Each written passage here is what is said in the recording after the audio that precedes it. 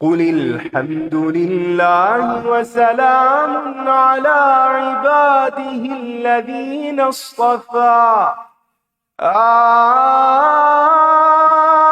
الله خير أما يشركون أمن خلق السماوات والأرض وأنزل لكم من السماء ماء فأنبتنا به حدائق ذات بهجة ما كان لكم أن تنبتوا شجرها أإله مع الله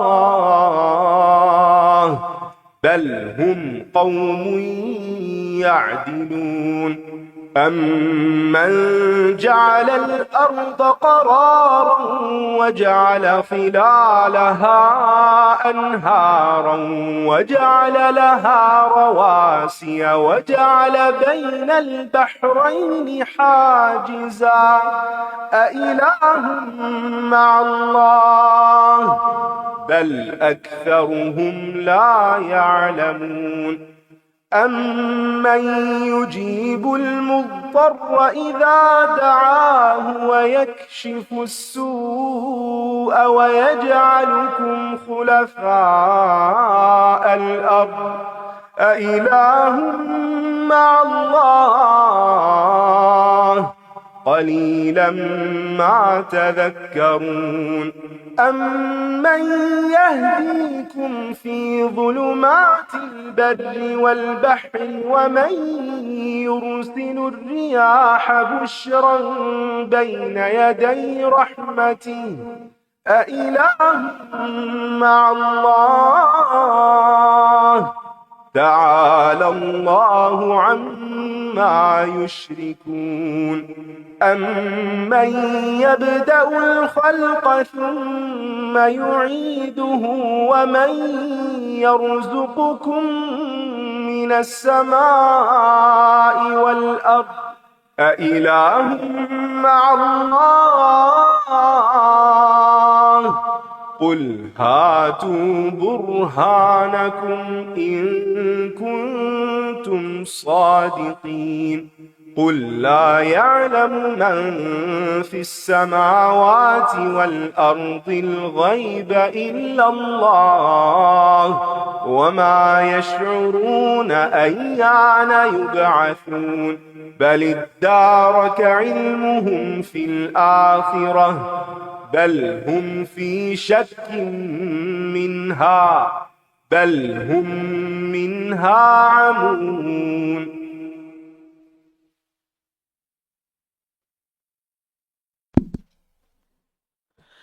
کہہ دیجئے سب تعریفیں اللہ ہی کے لیے ہیں، اور سلام ہے اس کے ان بندوں پر جنہیں اس نے چن لیا۔ کیا اللہ بہتر ہے یا وہ جنہیں یہ شریک ٹھہراتے ہیں؟ یہاں سے دوسرا خطبہ شروع ہوتا ہے، اور آغاز میں اللہ سبحانہ وتعالیٰ کی حمد ہے، اور یہی طریقہ ہمیں بھی سکھایا گیا ہے کہ جب کوئی بات کرنا شروع کریں، اہم بات، تو اس سے پہلے اللہ تعالیٰ کی حمد و سلام، اللہ تعالیٰ کی حمد و ثنا اور اس کے نیک بندوں پر سلام سے آغاز کریں۔ یہاں پر ایک سوال کیا گیا ہے، کیا اللہ بہتر ہے یا وہ جنہیں یہ شریک ٹھہراتے ہیں؟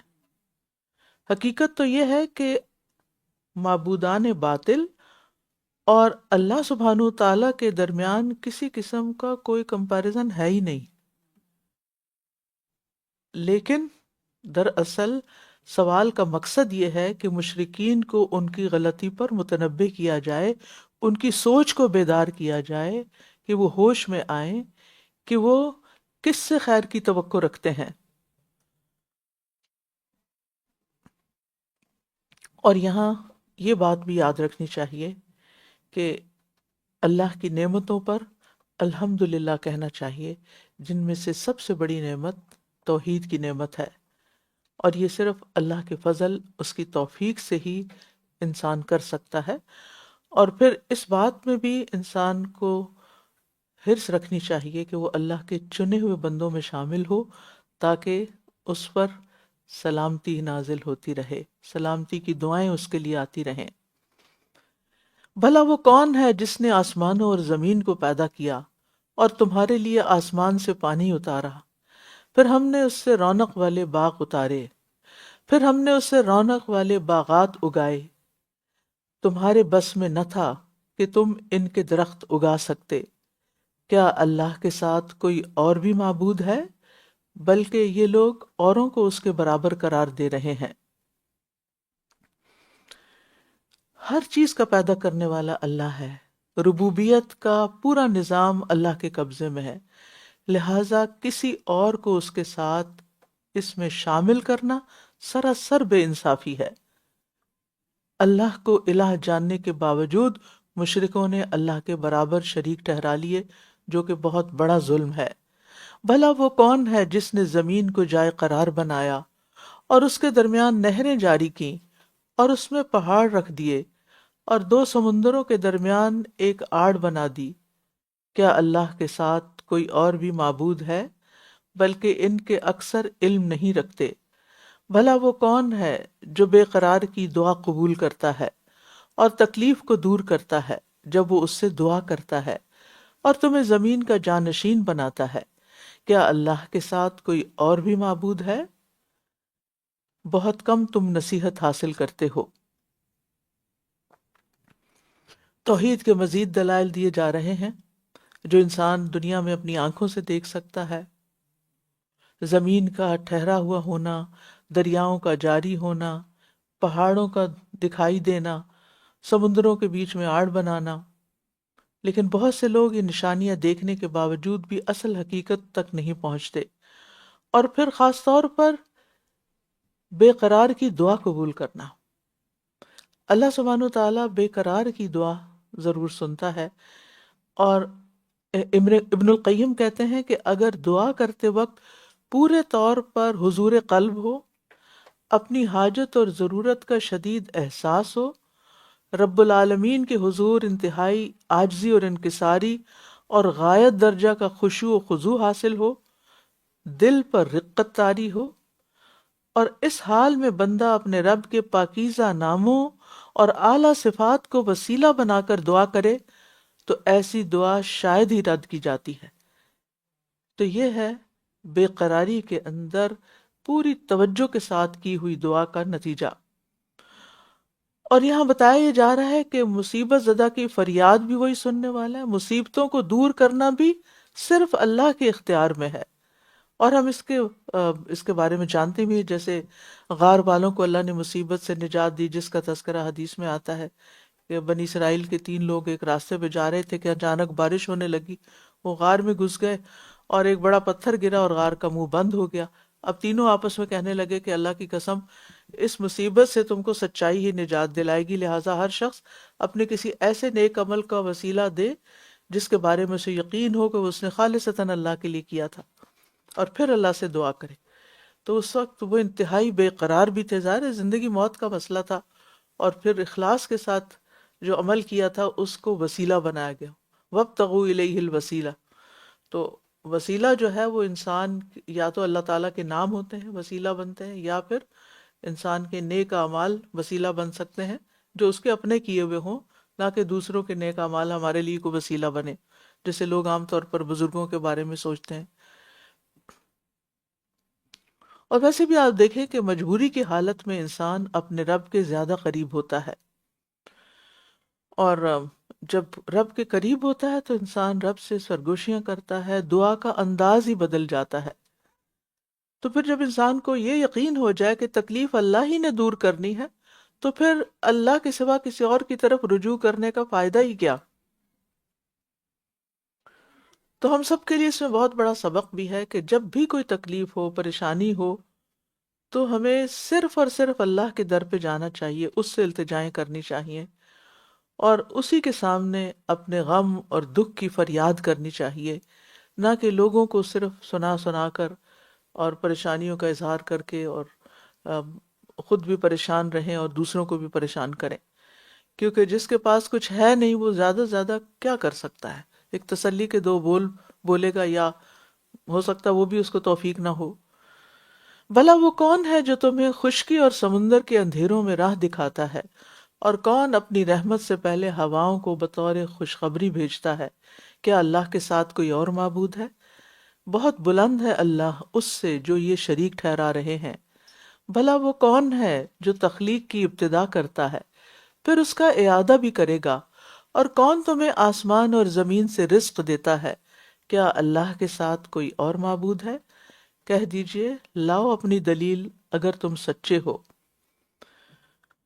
تو اگر ہم چاہتے ہیں کہ اللہ سبحانہ و تعالی ہماری دعائیں سنیں، تو پھر لازم ہے کہ ہم اپنے رب کے ساتھ اپنے تعلق کو بہتر بنائیں، اور رب کے ساتھ اپنی آ، یعنی اپنی محبت اور قربت کو اور زیادہ یعنی اور زیادہ محسوس بھی کریں، اور وہ کام بھی کریں کہ جس سے یہ نعمت ہمیں حاصل ہو۔ کہہ دیجئے اللہ کے سوا آسمانوں اور زمین میں کوئی بھی غیب کو نہیں جانتا، اور وہ تو یہ شعور بھی نہیں رکھتے کہ مرنے کے بعد کب اٹھائے جائیں گے۔ غیب سے مراد ایسی چیزیں ہیں جو کسی انسان کے علم یا مشاہدے میں نہ آئی ہوں اور نہ آ سکتی ہوں۔ کوئی بھی چیز جو انسان کے علم میں یا مشاہدے میں آ جائے وہ غیب نہیں رہتا، چاہے ماضی میں ہو یا حال میں ہو۔ جب کوئی یعنی ماضی یا حال کی خبریں غیب نہیں رہتی جب کوئی ان کو جان لیتا ہے۔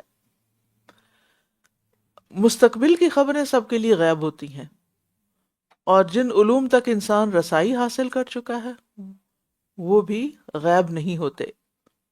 یعنی بعض چیزیں ایسی ہیں کہ جن کو انسان پہلے نہیں جانتا تھا اب جان گیا، لیکن بعض علوم ایسے ہیں، بعض چیزیں ایسی ہیں کہ جن کے بارے میں نہ وہ ماضی میں جانتا تھا اور نہ ہی آئندہ کبھی جان سکے گا۔ مثلاً یہ کہ کل کیا ہونے والا ہے، موت کب آئے گی، کہاں آئے گی، اور اسی طرح قیامت کا علم ہے۔ جو غیب کا دعویٰ کرتا ہے، عام طور پر لوگ کاہن وغیرہ جو کرتے ہیں، ایسے لوگ جھوٹے ہوتے ہیں اور ان کے پاس کوئی خبر نہیں ہوتی۔ وہ پہلے لوگوں سے باتیں کر کے ان کے حالات کا اندازہ کر لیتے ہیں، پھر اسی کو موڑ توڑ کر غیب کی شکل میں بتاتے ہیں۔